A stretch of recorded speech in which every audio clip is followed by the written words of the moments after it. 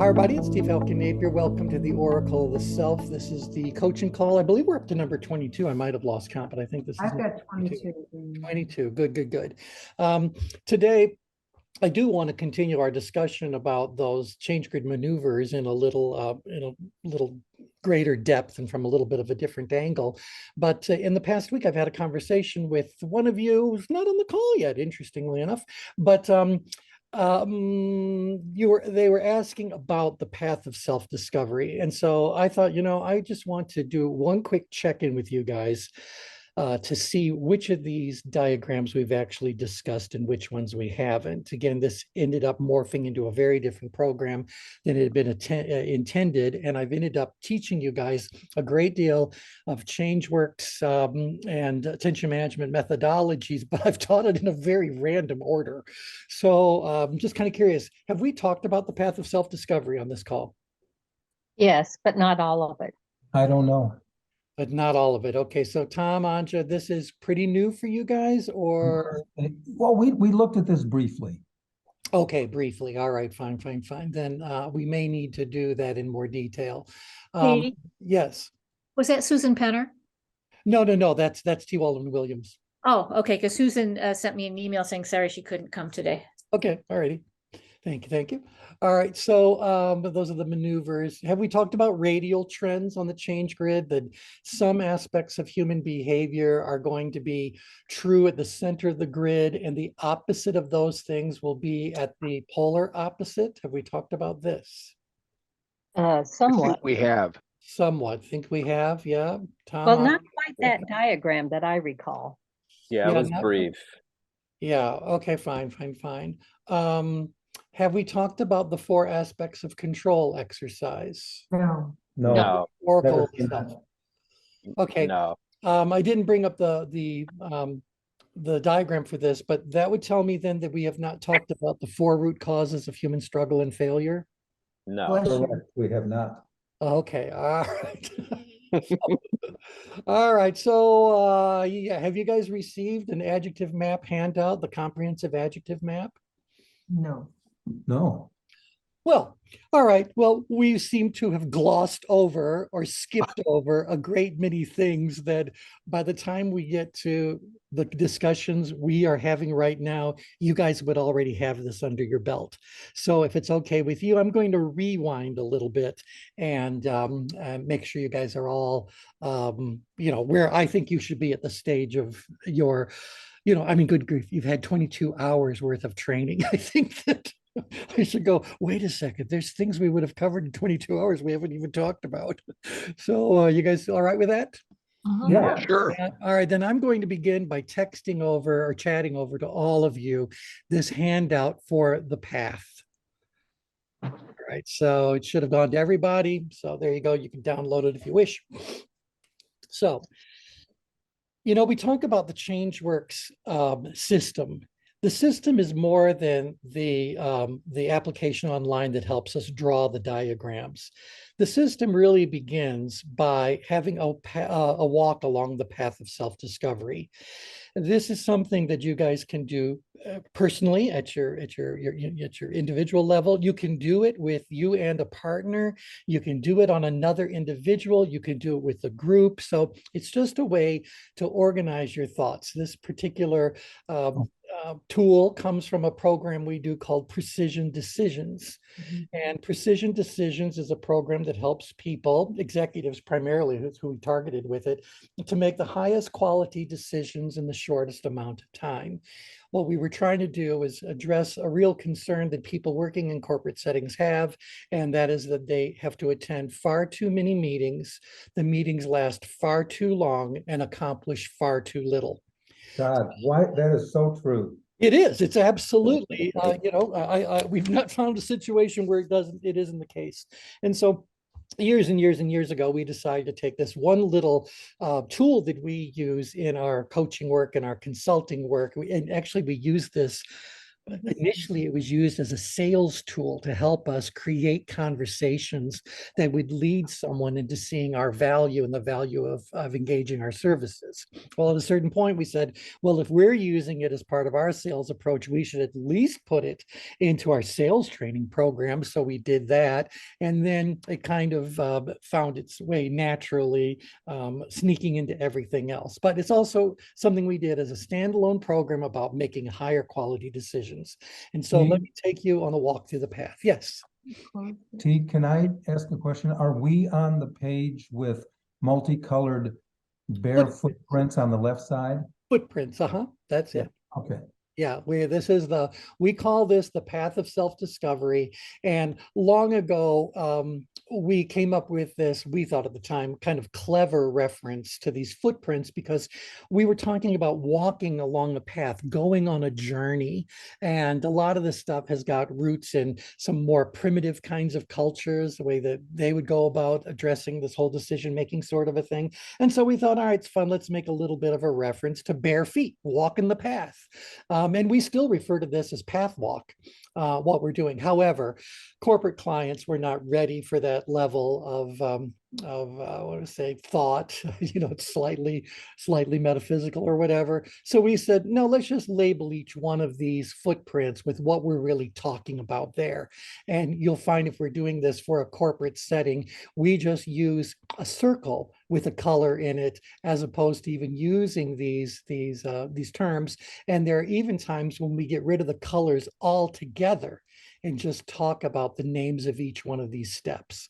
So it all has to do about how ready the client is to receive and absorb information that is trying to be presented in a way that we thought was a little bit clever. Okay, so with that, path walk. So the path of self-discovery, we believe that if you take these steps in this order, you will be able to make a very high quality decision in a very short amount of time. We believe that, or we even know that the reason why decision-making becomes this kind of complex, chaotic, time-consuming sort of thing is because people are jumbling the order. And when you jumble up the order, you are not only messing with information flow, you're messing with tension flow. And so we want to make sure that we're looking at something in such a way that as we work our way through this, not only are we getting the information laid out in a logical way, but we're doing it in a way that is motivating to ourselves, to others, etc. So the first step that we're going to take, and by the way, there is a sixth color that's involved. That color is blue. Every one of these colors have something to do with something in nature. So in nature, the sky is blue. I know people say water is blue, but the water is reflecting the sky. It's not blue at night. So it's the blue sky. And you as the leader over one of these processes, you as the outside consultant or the therapist or the coach or the whatever, you would put yourself up in the sky, and you're more like a bird, and you're just watching someone walk their path. And you're trying to help them stay on the right path, influence their way, whatever. But we want to remind the person who is actually doing this for another person that you need to keep yourself detached. You are not walking with them along the path. They are walking. It's a path of self-discovery. You're just up here in the sky, seeing what's going on, and hopefully steering them and when necessary to stay on the path. So there's blue. Thoughts so far? We don't see blue. There is no blue. That's because it's not part of the path. I'm saying there is a sixth color, though, and that color is blue. Damn it. And the blue represents you. Sorry. Yeah, no worries, no worries. So this is we know everyone who's actually finished their certification, they have to have it. They've had it drilled into them by now that they have to maintain a level of detachment from whatever it is that's going on, whoever they're talking to, because if you get sucked in, now you're part of the drama instead of someone who's observing and facilitating the resolution to that drama. So See, I remember when I was introduced to this, you had a sheet with not only this path, but also dysfunctional sequences. So oh people yeah, can see yeah. There's why yeah, it's not there, a good start with yeah. red. There's a whole PowerPoint stack or deck on that, because we do talk about path dance. We do talk about what happens when certain colors lead, what happens, etc. So so there's a lot of stuff we can do around this. I think that's one of the most interesting things is to Mhm. see the path all mixed up, because then you go, oh, now I see why white, green, black, yellow, red is Makes the way sense. you want to go. Right, and Exactly. that's where the colors come from a different thing historically. They come from Edward de Bono's work on six thinking Thinking hats, hats. and Six Acting Shoes was his sequel to that. But we can talk about Edward de Bono's work separately a different day. But basically, the whole summary of his work is that you'll make better decisions if you stop for a moment and think about everything from each of these different six kind of angles. And we said, well, no, well, we can improve upon that. These should be placed in a particular order. If we have the color sequence in mind, then we can actually label each thought, each statement someone is making as they're making it, and then we can actually show them a visual record of what exactly their mind just did, as far as jumping from one place to another, to another, to another. And so then we can say, how's that working? Where is it working? Where is it not working? Now let's see what happens if we put this information in our order, in these color type compartments, see how that would all unfold. So, all right. So, yeah. Team, Yep. this is Tom. Yep. I think that I have lost the page that you're working on. I I downloaded what you had sent in chat, Yeah. and I'm looking at the path walk. Yeah, Right. As long as you're looking at the form, you're good to go. But it's down. Are you guys on a Mac or on a PC? Mac. Okay, on a Mac, if you go down to where your little dock is, where all the little icons of applications pop up, Mhm. whenever Yes. you go into a Zoom call, a Zoom app should appear. And it's a blue box with the word Zoom in the middle of it. Yeah. If you click on that, it should take you right back to our discussion. It's not, maybe if we hit that. No. Click on what portion of it? I'm not. You should click on that icon itself. And now we just got a Oh, the screen that icon. says Zoom. Oh, Yeah. nope, that's a chat. That's a chat, honey. Yeah. Yeah, well, if you can see the chat, it shouldn't be that bad to actually see what it is we're projecting. But nevertheless, as long as you've got the form, you are good to go. And Anja, tomorrow night, if you want, I'll show you how to get back to Zoom. Okay. Because sometimes we've got so many things open. I go like, I don't even see where the chat window is anymore. So, all right. So anyway, so let me put you into kind of a real world scenario, how we would go about using this. So a client invites us in, we've exchanged our social pleasantries, and then we're going to start by exploring their current situation. We consider that to be the white step. The white step is all about snow. It's cold, clear, pure, hard facts, if you will. So it's cold, clean, pure, hard. It's just facts about the current situation. And so we'll say, so what's going on? And we can come up with another 100 different little white step questions we could ask as prompts to get them to start telling us about the current situation. So what's going on right now? Now, by the way, they might also start talking about things in the past. The past is part of the current situation. It's stuff that's already happened. And so it might be continuing to happen. So there may be some allowance for discussions of past events, whatever, when you talk about the current situation. So you could say, well, our current situation is that we're still dealing with the aftermath of COVID's impact on our business. All right, that's fine. It's still part of reality. Whatever happened in the past could still be affecting the present. And so you might do that. But we're asking you about the current situation, what's happening right now. And we will allow our client to spend as much time as they feel is necessary to inform us about what's going on. What we notice, though, is that very quickly they abandon the current situation and jump to a different color. And so we have to, at that moment, then decide, are we going to pull them back to the current situation, which we may need to do sooner or later just to get whatever information is still missing?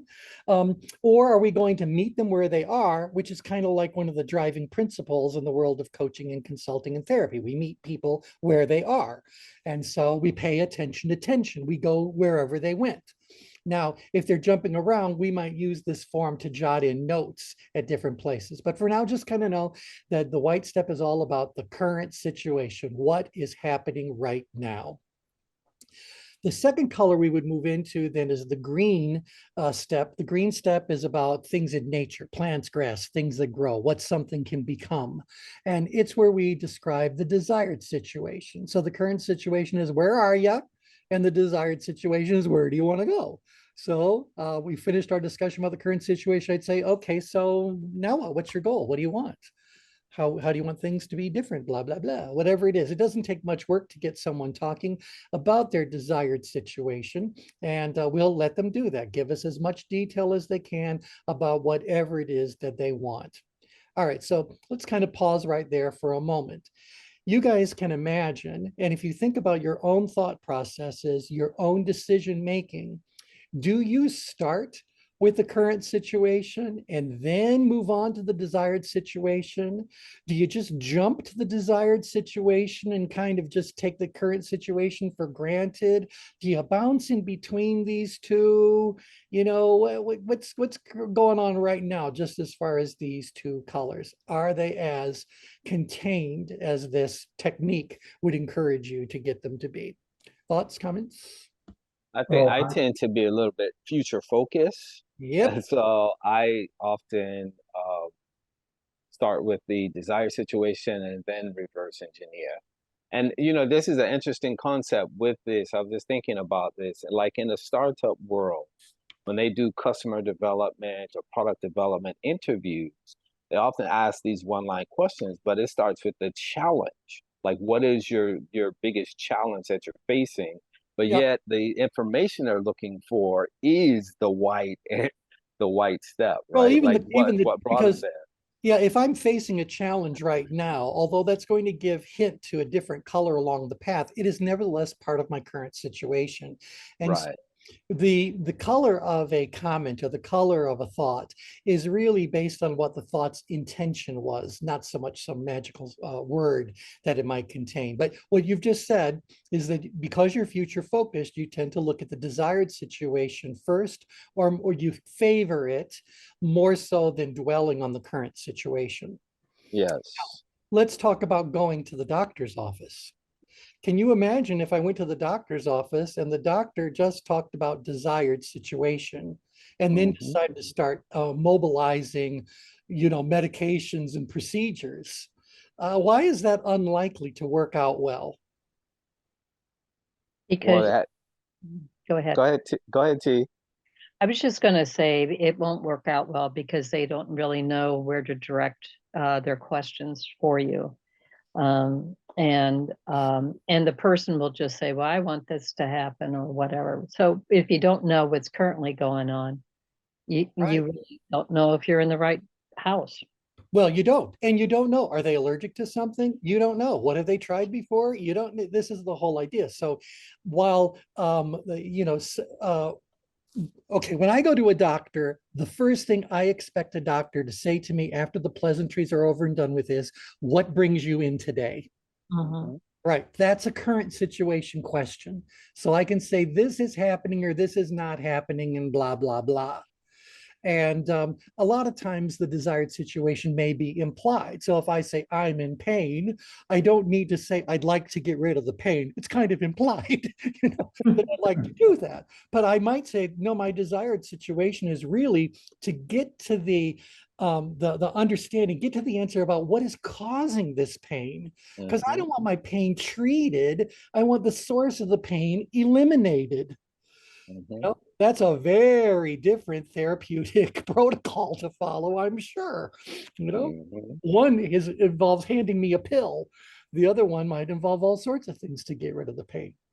Which Okay, is why they need to know the current situation, right? Because like to right. T's point, I think that's missed a lot Yep. in the provider-patient relationship because they don't know how you live in Yep. your everyday experience. And so they just set things off with this desired situation in terms of here's the medication or here's something in terms of intervention. But Yep. now you have to go home and actually apply this, and you may not even be prepared for it in the Right. right. And so right there, just stop for a moment and think about this. How effective was the decision-making process if that's Mm, as far as we went? If that's where That's we started, that's as far as we went. You know, that's quite poor. right, it's quite poor. And I can say that in my experience with doctors that are working under the regular medical system, Mhm. you walk through the door, they weigh you, which I think is just rude. And then they take your blood pressure. Maybe they check your oxygen because they can just click it on your finger these days. But pretty much they're not even listening to your breath sounds anymore. You know, they're not doing any of that examination stuff. It's kind of like you walk through the door, how much do you weigh? What's your blood pressure? What's your O2 level? So that's the current situation. I don't think that's sufficient on which to Right, judge much of anything. Okay, exactly. I so agree. Hey T, yes. I think that brings up the value of the blue step as well, though, right? Because if Hmm. you're not detached from it, then you'll make a lot of assumptions in the white Mm, step based on those answers. You'll skip everything and jump the solution because Hmm. you're attached to outcomes versus just mm. being able to be Right. present and listen. That's right. That's That's right. genius. Now That's you can apply exactly that, it. you can apply the same dynamic to any decision you're making in any area of life. You will find that out there are a whole bunch of training programs on goal setting, but where's the training program on understanding your current situation? Mm, You know, it's like, no, even in our training, we gloss over the current situation and jump to the desired situation. Why? But because everybody wants their desired situation. The question is going to be, well, how am I going to get you to that desired situation if I don't even know where you're starting from? mhm. Okay. So think about it. So we got a real problem right there, only 2 steps into it. We have to make sure that we are doing a good. So if you guys are ever in a situation personally where something has just grabbed your attention and you just said, I need to make a decision about this, or we need to talk this through, or I need to understand this better. I want to hear you say in your next breath, what is actually happening right now? Now, there's an exercise that follows this. The path is something that's very simple, but it has very deep layers of detail that we can get into. So anything that you say is part of the current situation, imagine with what you know right now about biases and how tension levels affect your thought processes and your orientation towards information, whatever it is, you need to scrutinize those things that you say are true. So if I say to the doctor, my blood pressure tends to run 130 something over 80 something.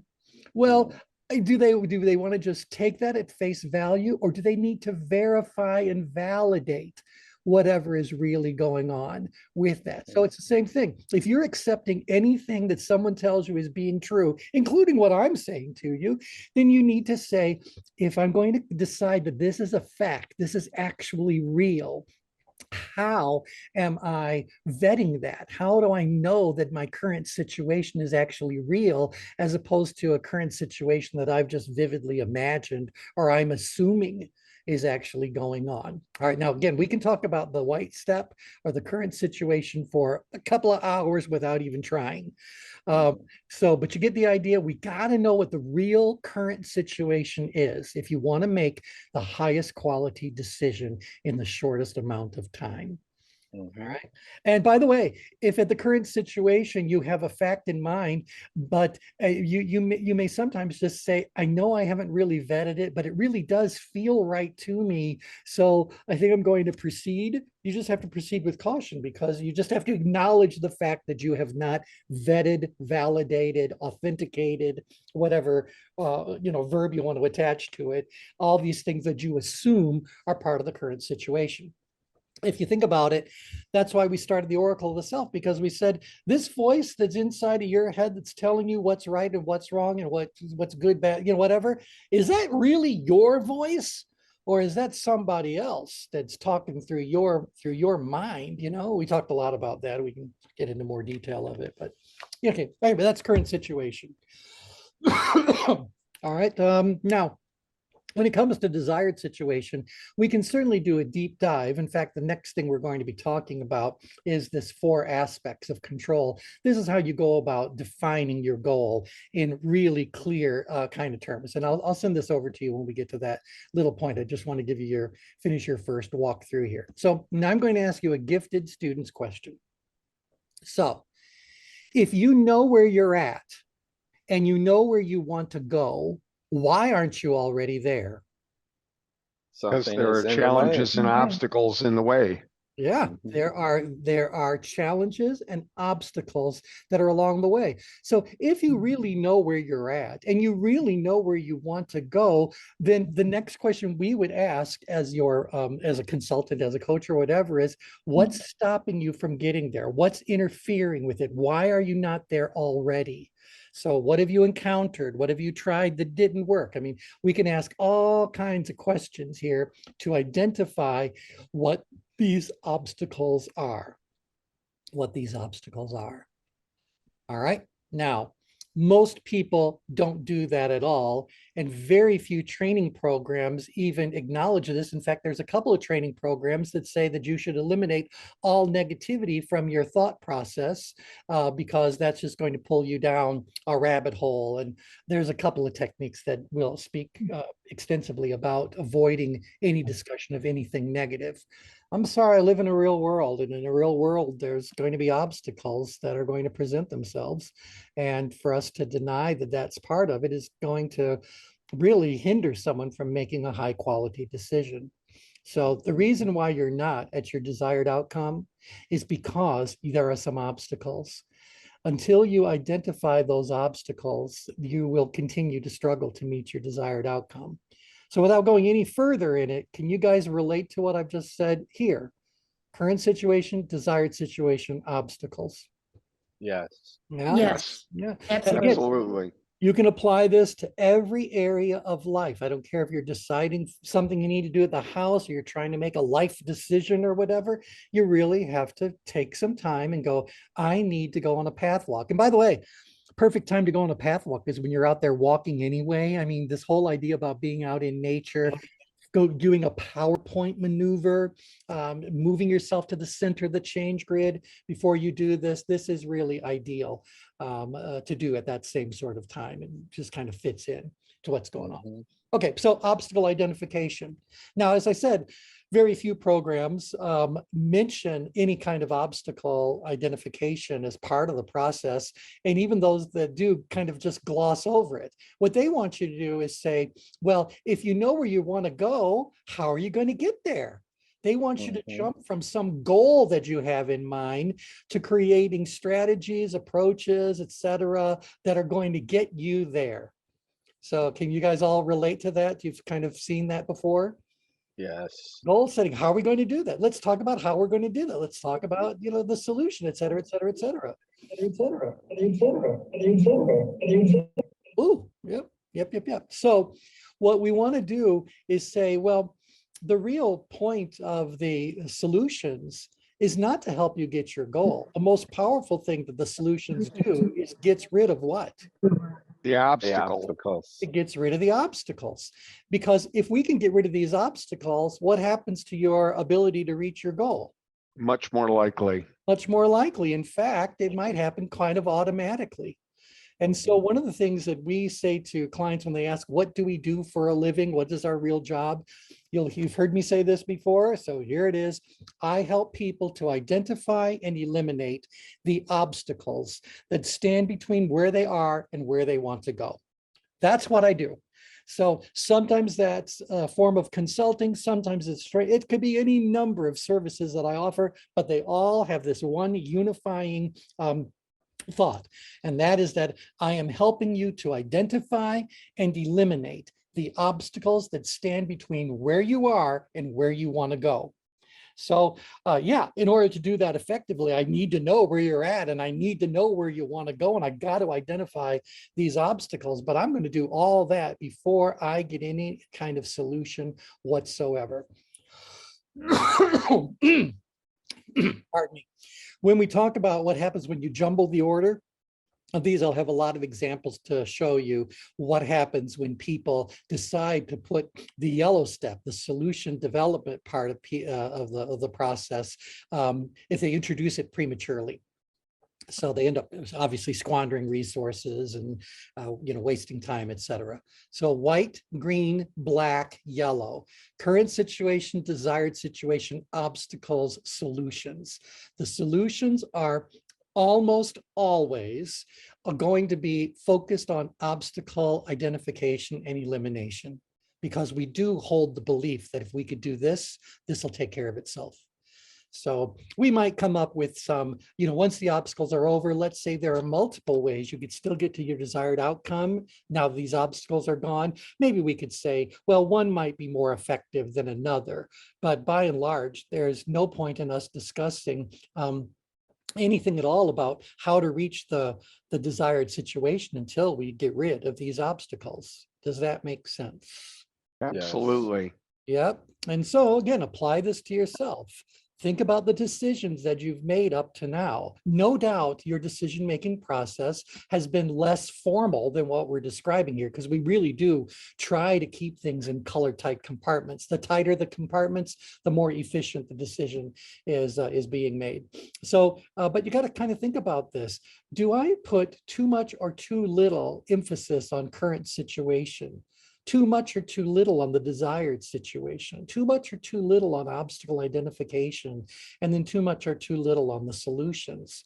So something is going on in your current decision-making processes that may be hindering you from creating higher levels of quality in those decisions. Yeah, one of the little slogans from Precision Decisions is that one thing that we know for certain about each and every person on this planet is they are the result of the decisions they've made. And so if they wish they were someplace else, then we know that if we could go back and look at their entire decision tree, we could tell you when that decision happened that took them down a different path. So you are living proof that the decisions that you've made lead to where you are right now. And so if you aren't completely happy with where you are right now, or there are puzzles that still need to be solved, we have to become better at making the right decision the right way the first time out. And so white, green, black, yellow is going to be central to all that. Now, the one thing that we've pretty much ignored up to now, although it might get sprinkled hither or thither, is I've set emotions aside in this whole process. I've just said, what's the current situation in concrete factual terms? What do you desire? And yes, I'm going to say mostly that's about concrete, measurable sorts of things.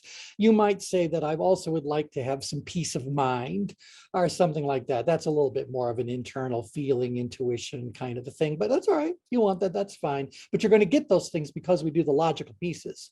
So well, this is logic. Green is logic. We get to the obstacle identification. It's logic.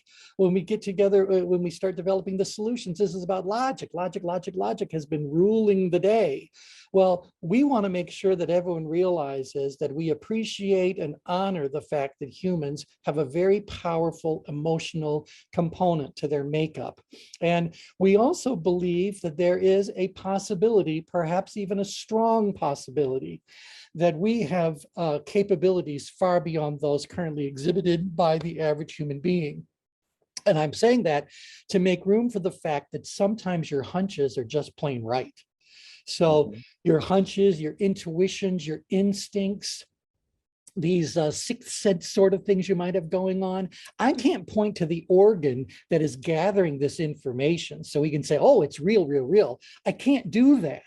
But I have no reason to believe that all of these areas of the brain that we still don't understand what they do and all that, maybe, just maybe, they bring us certain insights that are coming from a different sort of a source. I'll tell you only briefly why I believe that's the case. So what are human beings made out of?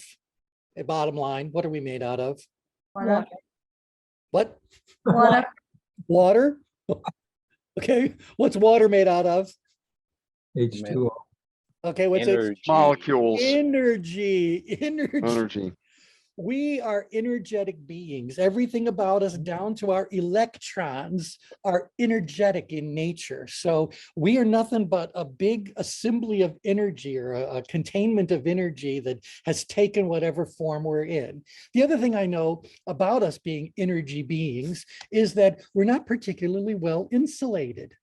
And so that's why you can slap an EKG on somebody and they'll tell you exactly what's going on electronically, or slap it on their brains, do an EEG. There's all kinds of tests that we can do to say we are beings of energy. We can measure that energy, and we can understand some of that, of what that energy is actually telling us. Okay, well, then why is it not just as realistic to believe that as an energetic being, I am constantly giving off an aura of energy? And you guys know this. You walk into a room and you just pick up a certain vibe. Well, a vibe is a reference to energy that's going on. Or you just glance at somebody and you have an understanding in that instant that something is amiss, or whatever's going on, you know? Why can't we just say, because we're not particularly well insulated, we are always transmitting and receiving energy, from ourselves or from other people? Maybe, just maybe, in that transmission and reception sort of dynamic, we are picking up certain pieces of information that we wouldn't have gotten otherwise. I don't know that any of what I've just said is actually true, but I do believe that there is a possibility that it could be that, right? Only because in our daily lives, we go like, no, I got a feeling about this. I got a feeling about this. Thoughts about that? I think it's actually true. And there's been research in terms of this receptivity that the human body has been measured. The heart-brain coherence, as it's called, they actually measure the signals that go out. Yeah. And it signals that. So in other words, when the body picks up on something and is always scanning something, is why it's important to investigate it, at least see. But for most people, we'll kind of resist it or push it down. Yeah. And so we never learn to become fully mature in our receptivity aspects that operate on automatic pilot. Like it just knows to do what it does. And so I often say the brain is often catching up to where the body has already been. Well, right, because where is the brain getting its data from? It's got to be getting it. And again, this goes back to the first thing that I said. When it comes to visual data, auditory data, we can point to the organ on the human body that is actually receiving that information. When we talk about these things that are more at that feeling level, that hunch, instinct, intuition, whatever kind of level, I don't know what the organ is that's doing that. All I know is that very, very, very often we walk into a situation and immediately pick up an energy that's going on. How did we get that? I don't know. But I believe that there is a reality to that situation. You guys agree? Or am I the only one that has hunches? And how do you explain surprise parties? Tell us about that. Well, a woman and her husband pull up into the driveway. He doesn't know that there are 25 of his friends and relatives in the house. Yep. They're hiding behind sofas, chairs, drapes. Yep. In the living room, he's completely unaware of any being in and all of a sudden they have to jump up and yell at him so he can. Yeah, so let's talk a little bit about that kind of phenomenon. First of all, I think that successfully pulling off a complete surprise is a rare, rare event. So usually the target of the said surprise has been picking up on things. So perhaps they've noticed that people are saying things outside of their earshot, or the behaviors are a little bit different. And so they might be going on, what's going on? All right, what are you not telling me? So I believe they are picking up on certain things that are coming to them through, differences in behavioral cues from what they've seen up to that point in time being exhibited by that person. So I do think that's why we want to say we don't want to give away the surprise. How do we go about giving it away? And some of it could be as we've just described, but I wonder if there is kind of a feeling as we are approaching a physical space filled with people that we feel strongly about, and we know they feel strongly about us, how far does their energetic cloud reach out before it gets into the space where you can detect it? You know, it might be walking up the steps, it might be whatever, or it might be happening so quickly that you're at the surprise and you're not even thinking about the little cues that you might have been picking up as you walk into that kind of a situation. See, well, I don't care. I'll tell everybody. When 1986, I turned 35. Anja had a surprise party for me at a house that we lived in Dearborn Heights. I went out with a friend to do some hanging around, do stuff. And when I came back, nothing. I came in the house, the back door, came in the landing, walked through the kitchen, the pocket door between the kitchen and the dining area was closed. I said, oh, that's odd. And I opened that pocket door and I walk in, and all of a sudden, surprise, there were 25, 30 people, friends and relatives. I was so shocked. I backed up, hit the wall, and sat down on my butt, and I couldn't stand up. All right. So Wow. she got you. She got you. Well, then I turned 40, and she said we lived in Livonia, and she sent me away for the day with a couple of people to do something. And I come back, and we're driving around the big park down in a hollow, and I look, and there's a big banner that says "Happy Birthday," and it was my birthday. And I said to the people driving, oh, look, somebody's getting a birthday party. Cool. And I said, oh, they're doing it big. They're wearing costumes, and they've got food, and it's being catered. Oh, cool. It's a DJ. And I look down, pardon my language, people, I say, what the fuck is my mother doing at this person's birthday?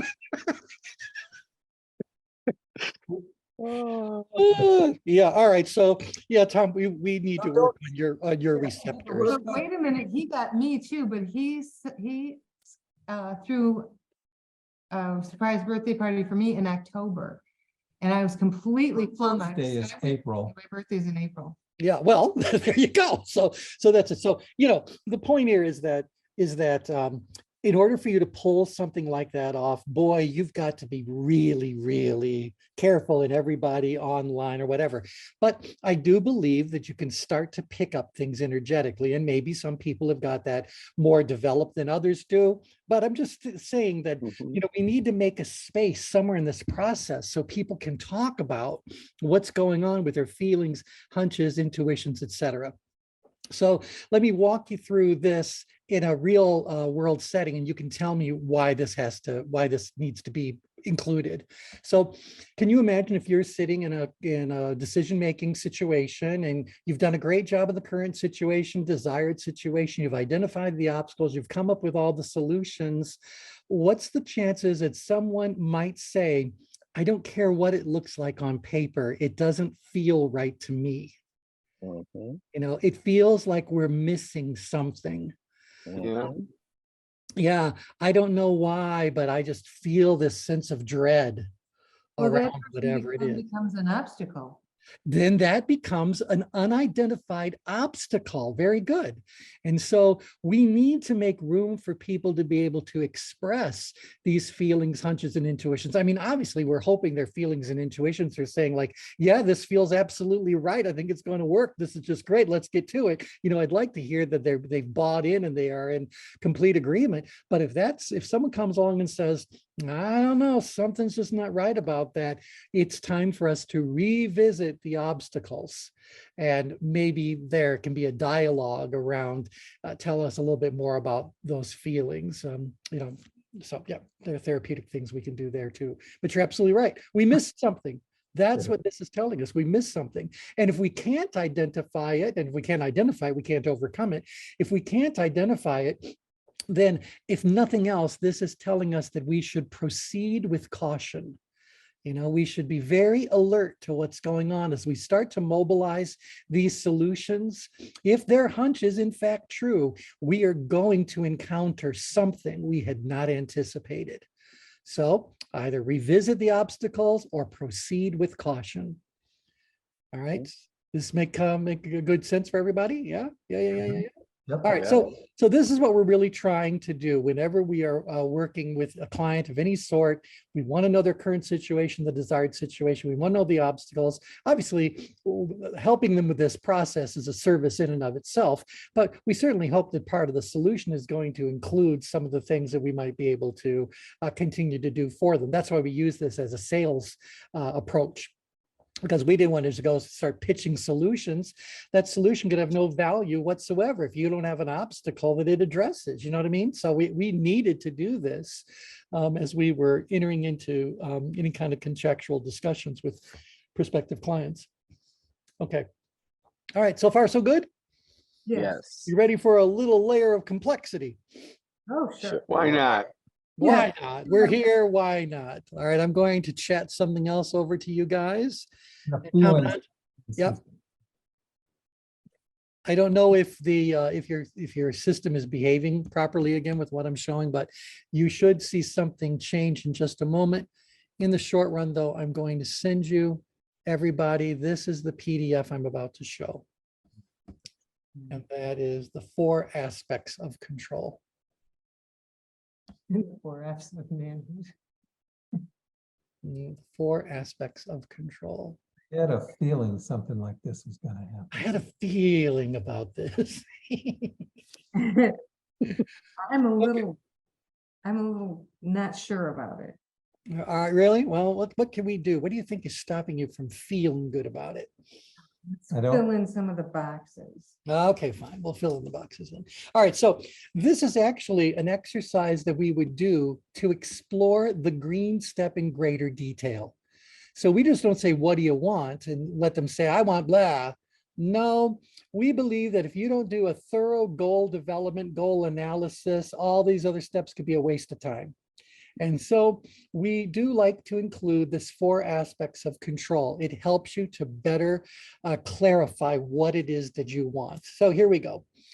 As far as a given situation is concerned, you guys may not have thought about this in all 4 aspects, but in that situation, in that change, if you will, in that situation, there are going to be things you want to gain. So as far as retirement is concerned, I want to gain certain things. And usually this is an easy one for people to fill out. They can rattle off all the things they want.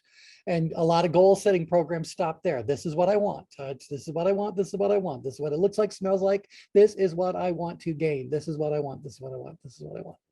Now, occasionally you'll see a goal setting program that say, well, you know, not only are there things you want to gain, maybe there's some things that you want to lose. So things that are currently part of your situation that you no longer want.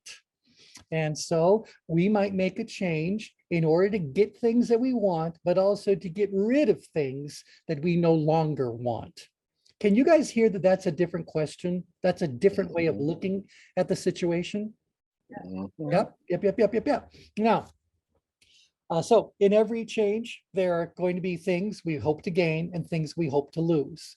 There are also, as part of that change, the things you don't want to gain and you don't want to lose.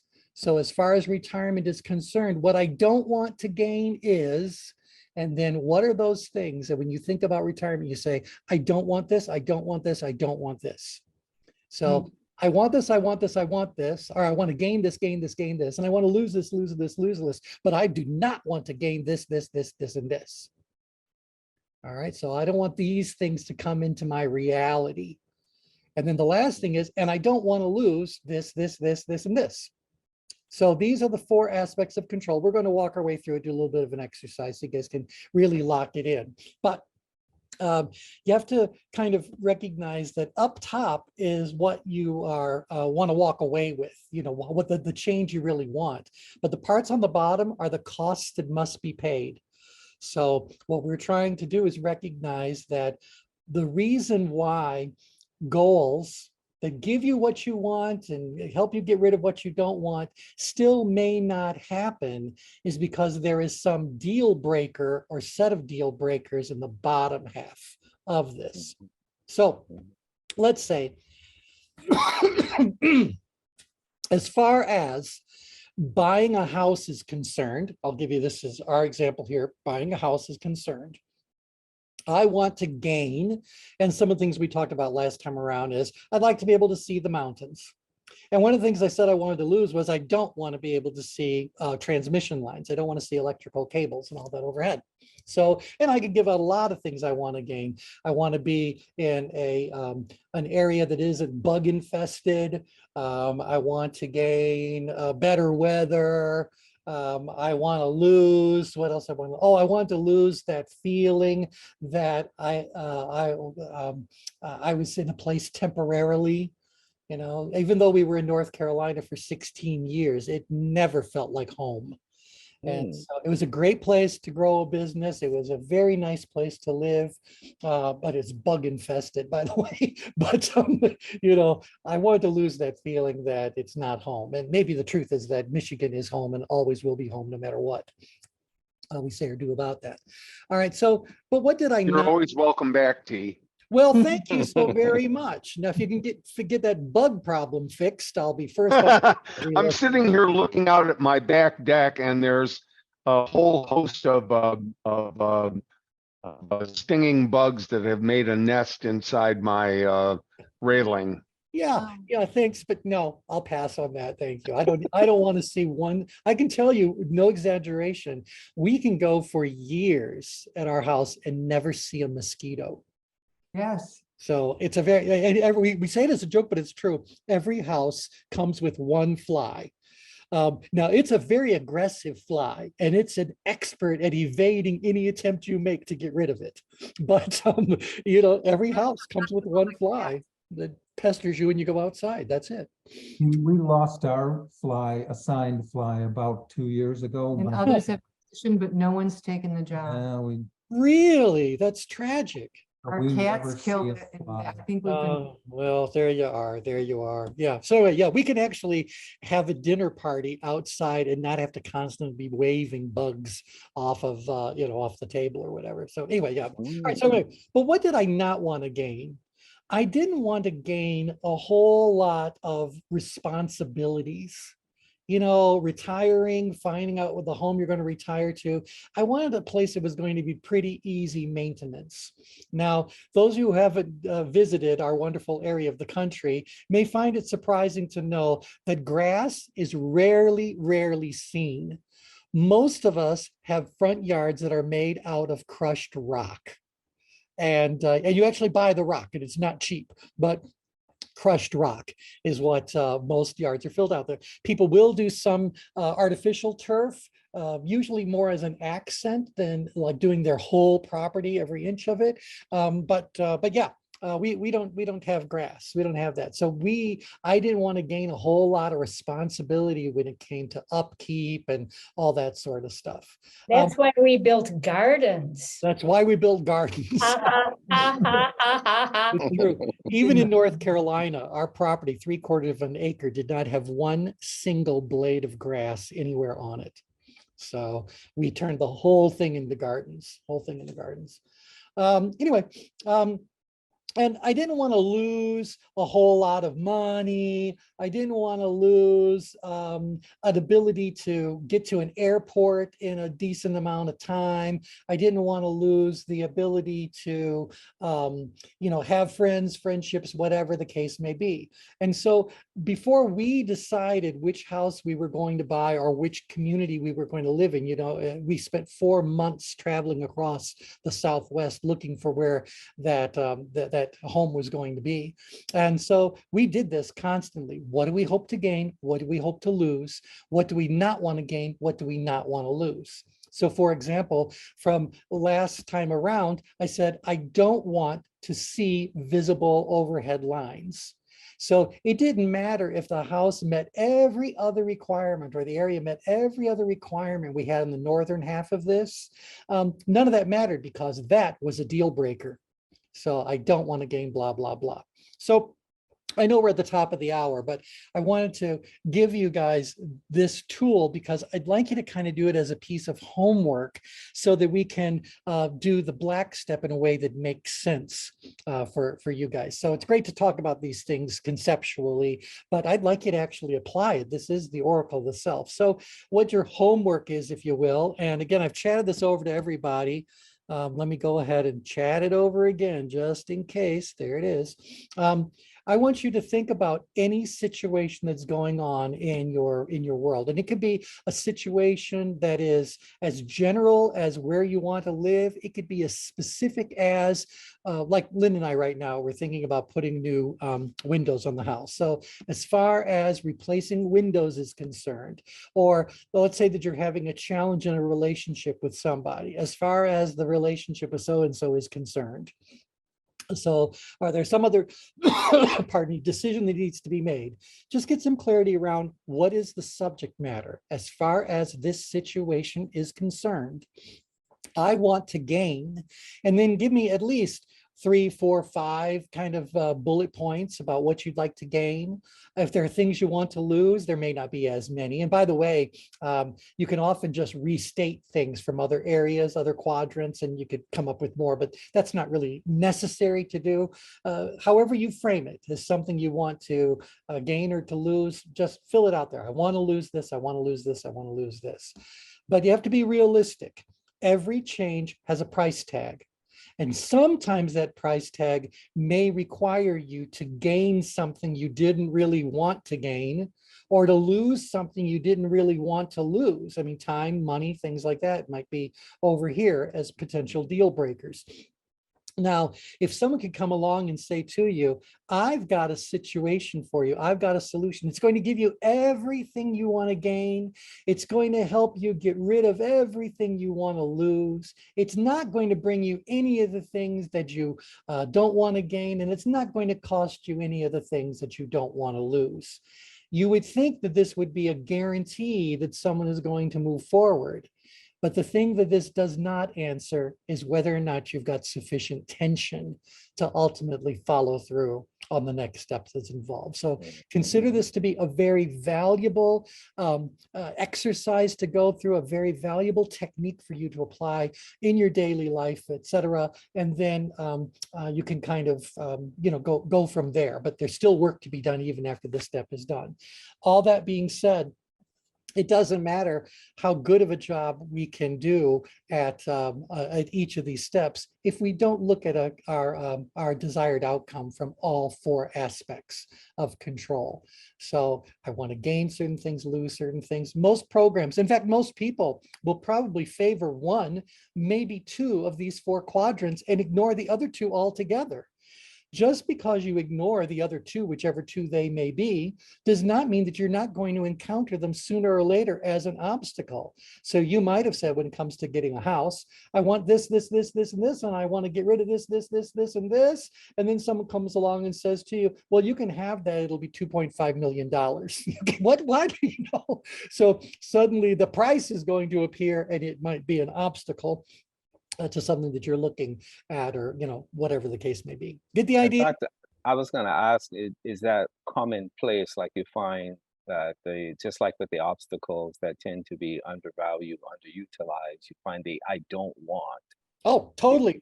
Yeah, because I remember like talking to people who are retired that I've been interviewing as of late, and oftentimes they'll say, how they had this grand exit plan for retirement, and now that they are in fact retired, they said, you know what, I'm more busier now than I was when I was working. When I'm asking why, they said, yeah, people think I'm always available, the grandkids are always over, so I feel like I have a job.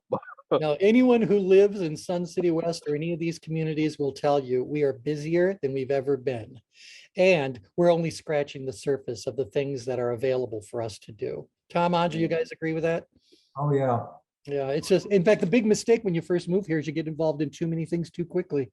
So We didn't fall into that trap because I was still working, but and taking care of my mom. But yeah, a lot of people do that. And the thing is, it's when you stop and look, after you've been here a while, like I've been looking at things now. I've got more time now. Yeah. Looking at them, and I just don't have a lot of interest in them.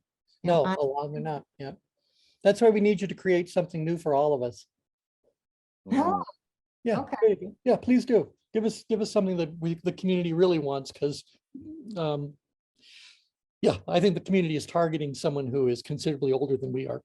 Well, Yeah. yeah, and you know what else? I think that the community capitulates too much to grouchy people and people who want that. Absolutely, absolutely. Pension management. That's right. It's all tension management. All right, and that would be a great situation as Yeah. far as fixing Sun City West is concerned. As Get far rid as- of grouchy people. Yeah, well, in fact, because Linda's always wanted to do a little group, a women's group of people who are still in their 50s, 60s, you know, like the younger end of the scale, because those are the people that are first moving in.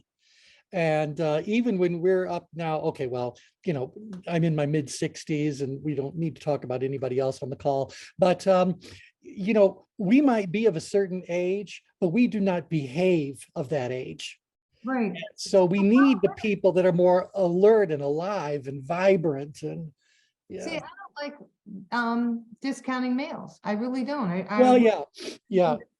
What we found out as Linda was exploring this is that it is much easier to create a group of women and then have the women do events that bring the guys in, because guys are not really, you know, big into doing let's say groups that aren't activity focused. Right, right. You know, the guys will go to the metal club, they'll go to the wood club because they're doing something that's Right. there. But a purely social club, bunco, yeah, a sea of people and very few XY chromosomes. Well, you guys should definitely check out the this Oracle itself. Might be good, you know, for your community in terms of like what Chip Conley is doing. He has what's called a Modern Elder Academy for people Oh. who are 50 and over. So Chip recognized that, you know, to Linda's point, like there are people who are in their younger 50s and they need to be prepared for what's to come. Yeah. And just because they're that age doesn't mean like, you know, this is the end sort of thing. Right, So he right. created this whole Modern Elder Academy, and they have different courses and panel discussions. And I think the Oracle itself would be great for something Yeah. like that Well, to and just that's help one of the people things that refocus. I was talking to all of you that are certified. It's kind of like the over 55 population is a fantastic group of people to be working with in terms of coaching, consulting, things like that, particularly if they live in one of these kinds of communities, because you know that they've got enough wherewithal that if they wanted to do some personal growth and development sort of stuff, they can do that. Where if you just go after the general population, there might be issues that are not so readily evident here. Yeah. Are you partnered with universities there? Yeah, there is. We partner with one of the universities, so we have kind of a it's a group called RISE, and it's kind of a college of lifelong learning. Right, right. Because that's So- how it was in the villages. So I used to teach classes there in the villages in Florida, and they partnered with College of Central Florida, and they can take the residents there can take any of these Yep. Professional development, personal development courses Yep. there. Yeah. Yep. And at a certain point, I might want to actually offer the course through RISE. I'm just not there yet. Pardon me. Okay, we're way past time. You guys got your homework. Okay, As far as a situation is concerned, flesh this all out as best as you can. And if there's some redundancy among the quadrants, don't worry about that. Let it be redundant. It doesn't matter. Okay. All right. So with that, thank you everybody for joining us, and we will look at your results next time around. So bye for now. Thank you. Take care. Bye-bye. Thanks, Bye, everybody. everybody. Bye. Bye, everybody. Have a good day. Thank you.